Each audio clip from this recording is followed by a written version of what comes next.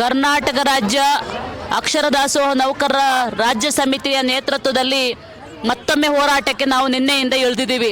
ಕಳೆದ October 30, 2023ರಲ್ಲಿ November 10ರವರೆಗೆ ಸುಮಾರು 11 ದಿವಸಗಳ ಕಾಲ ಇದೇ ಫ್ರೀಡಂ ಪಾರ್ಕಲ್ಲಿ ಹೋರಾಟವನ್ನು ನಡೆಸಿದ್ವಿ.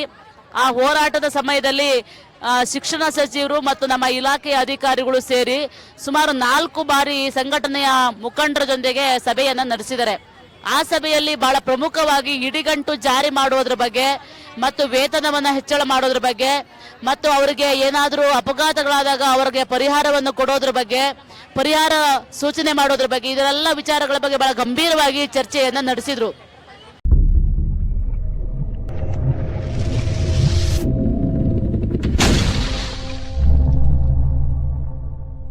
ಚರ್ಚೆಯಾಗಿ ಸುಮಾರು 6-7 ತಿಂಗಳುಗಳು ಕಳೆದೋಗಿದೆ. ಆದರೆ ಸರ್ಕಾರ ಇವತ್ತಿನವರೆಗೂ ಅದರ ಬಗ್ಗೆ ಏನೂ ಕೂಡ ಮಾತಾಡಿಲ್ಲ.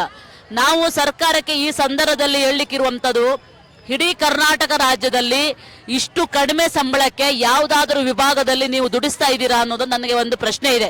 ಯಾಕೆ ಅಂತಂದ್ರೆ ಈ ಇಲಾಖೆಯಲ್ಲಿ ಮಾತ್ರ ಇಷ್ಟು ಅತಿ ಕಡಿಮೆ ಸಂಬಳ, ಅಂದ್ರೆ ಸಂಬಳ ಅಂತ ಅವ್ರು ಹೇಳಲ್ಲ, ನಾವು ಸಂಬಳ ಅಂತ ಹೇಳ್ಕೊತಾ ಇದ್ದೀವಿ. ಎಲ್ಲಿಯೂ ಕೂಡ ಬಿಸಿ ಊಟದ ನೌಕರರನ್ನು ನೌಕರರಂತಾನೂ ಪರಿಗಣಿಸಿಲ್ಲ ಅಥವಾ ಕಾರ್ಮಿಕರಂತನೂ ಪರಿಗಣಿಸಿಲ್ಲ. ಅದಕ್ಕೆ ಕೊಡುವಂತಹ ಸವಲತ್ತುಗಳಾಗ್ಲಿ ಸಂಬಳವಾಗ್ಲಿ ಏನೂ ಕೂಡ ಇದುವರೆಗೆ ಕೊಟ್ಟಿಲ್ಲ. ನಾವು ಕೇಳ್ತಾ ಇರುವಂತದ್ದು, ಇವತ್ತಿನ ಬೆಲೆ ಏರಿಕೆಯಲ್ಲಿ 3600, 3700 ರೂಪಾಯಿಗೆ ಯಾವ್ದಾದ್ರೂ ಹೆಣ್ಮಕ್ಳಾಗ್ಲಿ ಗಂಡು ಮಕ್ಳಾಗ್ಲಿ ದುಡಿಲಿಕ್ಕೆ ಆಗತ್ತಾ ಒಂದು ದಿವಸ ಅನ್ನೋದು ನಮ್ಮ ಪ್ರಶ್ನೆ ಇದೆ. ಎಂತ ಕೂಲಿಗೋದ್ರೂ ಕೂಡ ಅವರು ಬದುಕುಳಿಗ್ಲಿಕ್ಕೆ ಆಗುವಂತ ಒಂದು ಸಂಬಳವನ್ನು ಕೊಡ್ತಾರೆ. ನಿಮ್ಮ ಶಿಕ್ಷಣ ಇಲಾಖೆಯಲ್ಲಿ ನಮ್ಮ ಮಕ್ಕಳು ಅಂತ ಹೇಳಿ ಮಕ್ಕಳಿಗೆ ಊಟವನ್ನ ಬೇಯಿಸೋದ್ರ ಜೊತೆಗೆ, ಊಟವನ್ನು ಹಾಕೋದ್ರ ಜೊತೆಗೆ ಆ ಮಕ್ಕಳಿಗೆ ಅಪೌಷ್ಟಿಕತೆಯನ್ನು ಕಾಡಲಾರ್ದಂಗೆ ಶಾಲೆಯಲ್ಲಿ ಶಿಕ್ಷಣವನ್ನ ಏಕಾಗ್ರತೆಯಿಂದ ಕೇಳುವಂತ ರೀತಿಯಲ್ಲಿ ಅವರ ಮಕ್ಕಳ ಗೈರು ಹಾಜರಾತಿಯನ್ನ ತಡೆಗಟ್ಟಲು ನಮ್ಮ ಶ್ರಮ ಅಷ್ಟೇ ಇದೆ. ಆದರೆ ಸರ್ಕಾರ ನೀವು ಯಾಕೆ ಅದನ್ನ ಪರಿಗಣಿಸ್ತಾ ಇಲ್ಲ? ಎಷ್ಟು ಬಾರಿ ನಾವು ನಿಮ್ಮ ಹತ್ರ ಮನವಿ ಮಾಡ್ಕೊಳ್ಬೇಕು ಅಥವಾ ಎಷ್ಟು ಬಾರಿ ನಿಮ್ಮ ಹತ್ರ ಕೇಳಲಿಕ್ಕೆ ಬರಬೇಕು? ಹಿಂದೆ ನೀವು ದೀಪಾವಳಿ ಸಂದರ್ಭದಲ್ಲಿ ಹೇಳಿದ್ವಿ, ನಾವು ಎಷ್ಟು ಕಠಿಣವಾದಂತಹ ಸಂದರ್ಭದಲ್ಲಿ ನಾವಿದ್ದೀವಿ ಅಂತ. ಅಲ್ಲಿ ಕೊಟ್ಟಿರುವಂತಹ ಒಂದೇ ಒಂದು ಬೇಡಿಕೆಯನ್ನು ನೀವು ಇದುವರೆಗೂ ಈಡೇರಿಸಲಿಕ್ಕೆ ಮುಂದಾಗ್ಲಿಲ್ಲ ಅಂತಂದ್ರೆ ಇದು ನಿಮ್ಮ ಏನನ್ನ ಸೂಚನೆ ಮಾಡುತ್ತೆ ಅಂದ್ರೆ ನಾವ್ಯಾರು ಕೂಡ ಸರ್ಕಾರದ ಅಡಿಯಲ್ಲಿ ಕೆಲಸ ಮಾಡೋರು ಗುಲಾಮ್ರ ಅನ್ನುವಂತ ಪ್ರಶ್ನೆ ಇದೆ. ಯಾಕಂದ್ರೆ ಇವತ್ತು ಬಿಸಿ ಊಟದ ನೌಕರರನ್ನು ಕರ್ನಾಟಕ ರಾಜ್ಯದಲ್ಲಿ ಎಲ್ಲಾ ಕಡೆಯಲ್ಲಿ ಗುಲಾಮರಾಗಿನೇ ದುಡಿಸ್ತಾ ಇದ್ದಾರೆ. ಈಗ ಹೊಸದೇನು ಆದೇಶವನ್ನ ಹೊರಡಿಸ್ಲಿಕ್ಕೆ ಹೊರಟಿದ್ರಿ, ಒಂದು ದಿನಕ್ಕೆ, ಒಂದು ವಾರದಲ್ಲಿ ಎಲ್ಲಾ ದಿವಸನೂ ನಾವು ಮೊಟ್ಟೆ ಕೊಡ್ತೀವಿ ಅಂತ ಅಪೌಷ್ಟಿಕತೆಯನ್ನು ತಡೆಯಲಿಕ್ಕೆ. ನೀವು ಮಾಡುವಂತ ಎಲ್ಲಾ ಯೋಜನೆಗಳು ನಾವು ಅದನ್ನು ಗೌರವಿಸ್ತೀವಿ, ಅದರಲ್ಲಿ ಯಾವುದೇ ರೀತಿಯಲ್ಲಿ ನಮಗೆ ವಿರೋಧ ಇಲ್ಲ. ಆದ್ರೆ ಅದೇ ಕೆಲಸವನ್ನ ಮಾಡಬೇಕಾದಂತ ಸಂದರ್ಭದಲ್ಲಿ ಇವರಿಗೂ ಒಂದು ಶಕ್ತಿ ಬೇಕು ಅನ್ನೋದು ನಿಮಗೆ ಯಾಕೆ ಅರಿವಾಗ್ತಾ ಇಲ್ಲ? ಇವರು ಒಂದು ಕೆಲಸ ಮಾಡಬೇಕು ಅಂತಂದ್ರೆ ವಾರದ 6 ದಿವಸಗಳ ಕಾಲ ಕೆಲಸ ಮಾಡಬೇಕು ಅಂದ್ರೆ ಇವರಿಗೂ ಹೊಟ್ಟೆ ತುಂಬಾ ಊಟ ಬೇಕು, ಅವ್ರ ಜೀವನವನ್ನ ರೂಪಿಸ್ಕೊಳ್ಳಿಕ್ಕೆ ಆಗಬೇಕು, ಆರೋಗ್ಯ ಕಾಪಾಡ್ಕೊಳ್ಬೇಕು. ಇದಕ್ಕೆಲ್ಲಾ ರೀತಿಯ ವೇತನವನ್ನ ನೀವು ನೀಡಿದ್ರೆ ಒಳ್ಳೆ ರೀತಿಯ ಊಟವನ್ನ ಬೇಯಿಸಾಕ್ಬಹುದು. ಆ ಮಕ್ಕಳನ್ನ ಇನ್ನಷ್ಟು ಅಪೌಷ್ಟಿಕತೆ ಕಾಡುವಂಥದ್ದನ್ನ ತಪ್ಪಿಸ್ಲಿಕ್ಕೆ ಇವರಿಂದ ಸಾಧ್ಯ ಇದೆ. ನೀವು 300 ರೂಪಾಯಿ ಕೊಟ್ಟಾಗೂ ಕೆಲಸ ಮಾಡಿದೀವಿ, 650 ಕೊಟ್ಟಾಗೂ ಕೆಲಸ ಮಾಡಿದೀವಿ, 800 ರೂಪಾಯಿ ಕೊಟ್ಟಾಗೂ ಕೆಲಸ ಮಾಡಿದೀವಿ. ಇವತ್ತು 3700 ರೂಪಾಯಿ ಹಲವಾರು ಹೋರಾಟದ ಭಾಗವಾಗಿ ನೀವು ಜಾಸ್ತಿ ಮಾಡಿದಿರಿ, ಇಲ್ಲ ಅಂತ ನಾವು ಹೇಳಲ್ಲ.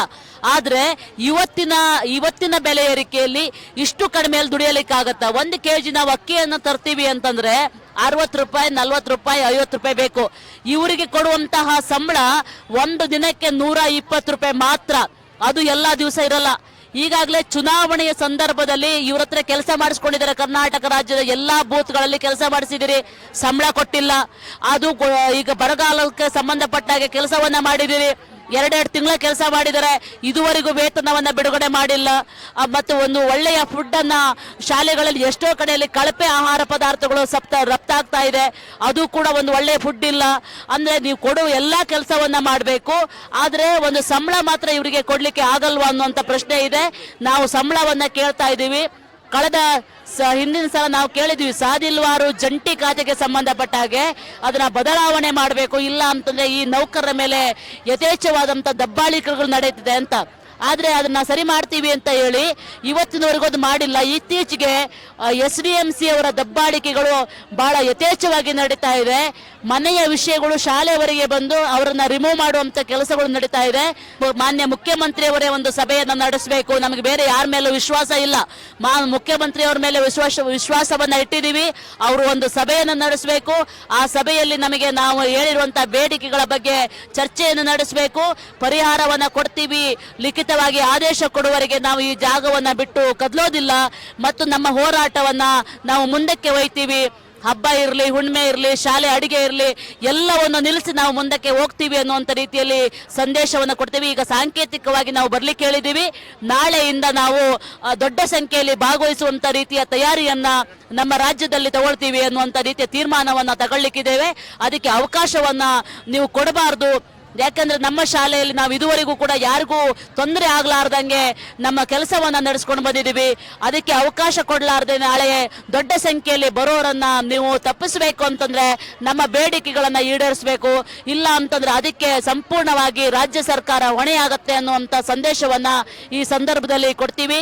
ನಮಗೆ ನಿಮ್ಮ ಮೇಲೆ ವಿಶ್ವಾಸ ಇದೆ. ನೀವು ನಮ್ಮ ಜೊತೆಯಲ್ಲಿ ಮಾತುಕತೆ ನಡೆಸಿ ಅದನ್ನ ಪರಿಹಾರವನ್ನ ಕೊಡ್ತೀವಿ ಅನ್ನುವಂತ ರೀತಿಯಲ್ಲಿ ಅಂದ್ಕೊಂಡಿದೀವಿ. ನೀವು ಏನಾದ್ರು ಮಾಡಲಿಲ್ಲ ಅಂತಂದ್ರೆ ತಕ್ಕ ಉತ್ತರವನ್ನ ನಾವು ಕೂಡ ಸಂಘಟನಾತ್ಮಕವಾಗಿ ಕೊಡಬೇಕಾಗತ್ತೆ ಅನ್ನುವಂತ ಸಂದೇಶವನ್ನ ಈ ಮೂಲಕ ಹೇಳ್ತಾ ಇದ್ದೀವಿ. ಮಾಲಿನಿ ಮೆಸ್ತಾ, ರಾಜ್ಯ ಪ್ರಧಾನ ಕಾರ್ಯದರ್ಶಿ.